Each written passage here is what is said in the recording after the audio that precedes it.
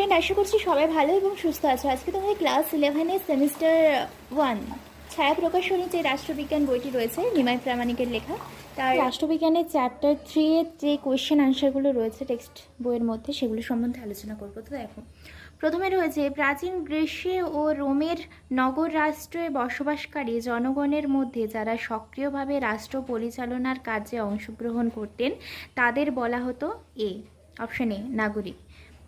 দুয়ের দাগে, যে ব্যক্তি রাষ্ট্রের সভ্য এবং রাষ্ট্রের মধ্যে থেকে পরিপূর্ণ আত্মবিকাশের জন্য সচেষ্ট ও সমাজের সার্বিক কল্যাণ সম্পর্কে সচেতন থাকে তাকেই নাগরিক বলে অভিহিত করেছেন অপশন বি শ্রীনিবাস শাস্ত্রী। তিনের দাগের অ্যান্সার হলো অপশন এ মিলার। চারের দাগে দেখো, নাগরিকতা হলো সমাজের মঙ্গল সাধনের জন্য নিজের সুচিন্ত মতামত প্রয়োগের ক্ষমতা। কথা বলেছেন অপশন সি ল্যাশকি। নাগরিকতা অর্জন করা যায় অপশন এ দুটি উপায়ে। তারপরে একটি রাষ্ট্রের স্থায়ী বাসিন্দা হলো নাগরিক। যারা জন্মসূত্রে নাগরিকতা অর্জন করে তাদের বলা হয় স্বাভাবিক নাগরিক, অপশন বি। কৃত্রিম উপায়ে অর্থাৎ অনুমোদনের দ্বারা নাগরিকতা অর্জনকারীদের বলা হয় অপশন সি অনুমোদন সিদ্ধ নাগরিক। যে রাষ্ট্রের অভ্যন্তরে শিশু জন্মগ্রহণ করে তাকে সেই রাষ্ট্রের নাগরিক বলে গণ্য করার নীতিটিকে বলা হয় অপশন এ জন্মস্থান নীতি। তারপরে ভারতগামী কোনো ব্রিটিশ জাহাজ বা বিমানে ভারতীয় দম্পতি কোনো শিশু জন্মগ্রহণ করলে রক্তের সম্পর্ক নীতি অনুযায়ী সে হবে ভারতীয় নাগরিক, কিন্তু জন্মস্থান নীতি অনুযায়ী সে হবে ব্রিটিশ নাগরিক। এরূপ সমস্যার সমাধান করার জন্য যে পদ্ধতি অনুসরণ করা হয় সেটি হলো অপশন সি প্রাপ্তবয়স্ক হওয়ার পর সংশ্লিষ্ট ব্যক্তি স্বেচ্ছায় ভারত অথবা ব্রিটেনের মধ্যে যে কোনো একটি দেশের নাগরিকতা বেছে নিতে পারে। এই জাতিত্ব বা দ্বৈত নাগরিকতার সমস্যার সমাধান পদ্ধতি হলো অপশন সি।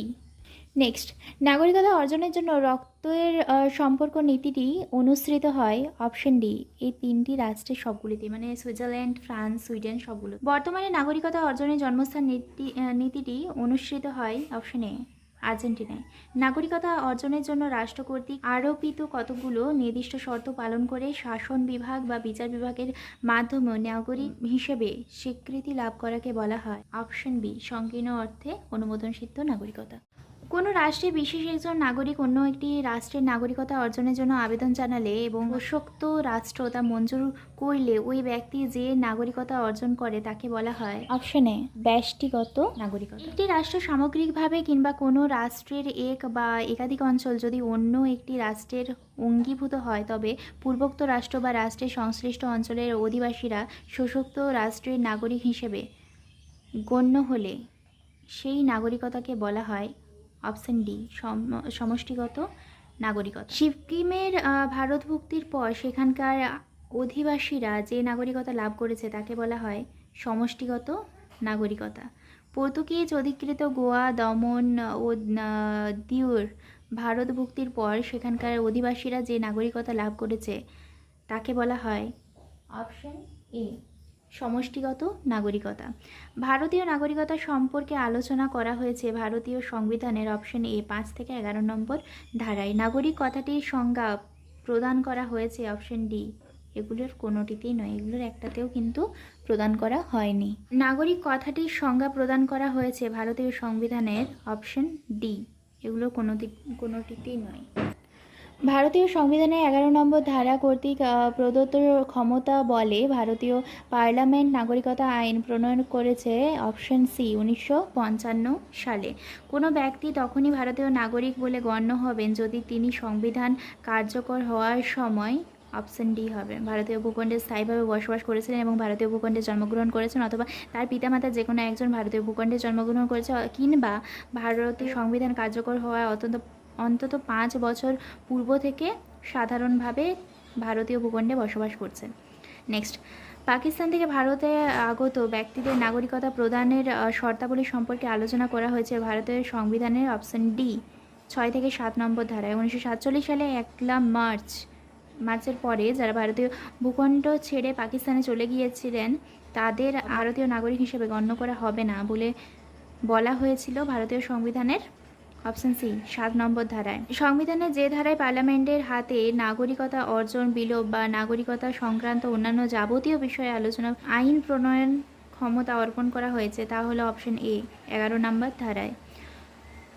কোনো শিশুকে জন্মসূত্রে ভারতীয় নাগরিক বলে গণ্য করা অন্যতম মানদণ্ড হলো তাকে জন্মগ্রহণ করতে হবে অপশন এ 1950 সালে 26শে জানুয়ারি বা 1987 সালের 1 জুলাই। কোনো শিশুকে জন্মসূত্রে ভারতীয় নাগরিক বলে গণ্য করার অন্যতম মানদণ্ড হলো তাকে অপশন বি জন্মগ্রহণ করতে হবে ওইটা। 30-এর দাগে কোশ্চেনের অ্যান্সার হলো অপশন বি। 31-এর দাগে কোশ্চেনের অ্যান্সার অপশন এ। নিবন্ধভুক্তির মাধ্যমে নাগরিকতা অর্জনের অন্যতম শর্ত হলো যেসব ভারতীয় বংশোদ্ভূত ব্যক্তি যারা নিবন্ধভুক্তির জন্য আবেদন করার পূর্বে সাধারণভাবে ভারতে বসবাস করেছেন অপশন সি 7 বছর ধরে। ভারতের দেশীয়করণের মাধ্যমে নাগরিকতা অর্জনের জন্য অনুসৃত পদ্ধতিটি হলো অপশন বি। 35-এর দাগের কোশ্চেনের অ্যান্সার হলো অপশন ডি। 35-এর দাগের কোশ্চেন অপশন এ। সিকিমের ভারতভুক্তি।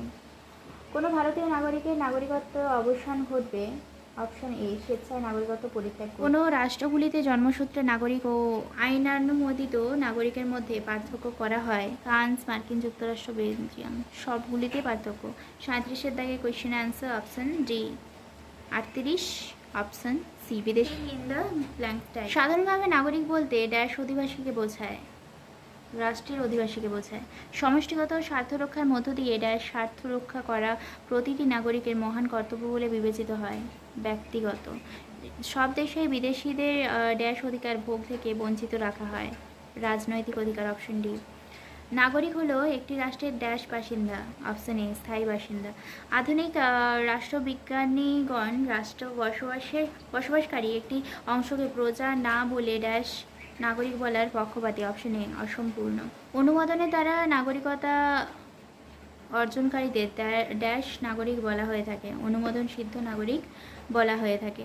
কোনো গুরুতর অপরাধের জন্য স্বদেশ থেকে বহিষ্কৃত নাগরিকতাহীন ব্যক্তিকে ড্যাশ বলা হয়ে থাকে রাষ্ট্রহীন ব্যক্তি বলা হয়ে থাকে। ভারতীয় পার্লামেন্ট ড্যাশ সালে নাগরিকতা আইন প্রণয়ন করেছিল 1955 সালে প্রণয়ন করেছিল। সংবিধানের ড্যাশ অংশে ভারতীয় নাগরিক সম্পর্কে আলোচনা করা হয়েছে। সংবিধানের কোন অংশে আলোচনা করা হয়েছে অ্যান্সার হবে অপশন এ দ্বিতীয় অংশে। সংবিধানের ড্যাশ ধারাগুলিতে ভারতীয় নাগরিকতা সম্পর্কে আলোচনা করা হয়েছে অপশন ডি 5 থেকে 11 নম্বর ধারায়। ভারতীয় নাগরিকতা লাভের জন্য বর্তমান আবেদনকারীরা অন্তত ড্যাশ বছর ভারতে বসবাস করতে হবে অপশন সি 10 বছর। তবে ভারতীয় নাগরিকতা লাভের জন্য আবেদনকারী সংবিধানের ড্যাশ তফসিল বর্ণিত 22টি ভাষার মধ্যে যে কোনো একটি পারদর্শিতা অর্জন করতে হয় অপশন বি অষ্টম। সংবিধানের ড্যাশ ধারা অনুযায়ী ভারতের পার্লামেন্ট নাগরিকতা সম্পর্কিত আইন প্রণয়ন করতে পারে option D 11 number. True and false টাইপগুলো আমি জাস্ট অ্যান্সার বলে দিচ্ছি, এমনিতে করতে গেলে কিন্তু অনেকটা লেট হবে। ওকে, 1-এর দাগের অ্যান্সার হবে অপশন সি। 2-এর দাগের অ্যান্সার হবে অপশন এ। 3-এর দাগের অ্যান্সার হবে অপশন সি। 4-এর দাগের অ্যান্সার হবে অপশন ডি। 5-এর দাগের অ্যান্সার হবে অপশন সি। 6-এর দাগের অ্যান্সার হবে অপশন বি।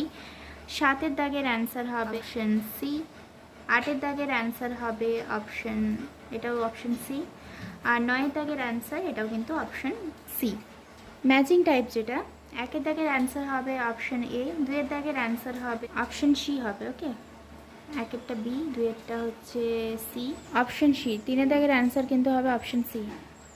4-এর দাগের অ্যান্সার হবে অপশন সি। 5-এর দাগের অ্যান্সার হবে অপশন ডি। তো আজকে এই পর্যন্ত। Thank you for watching my video.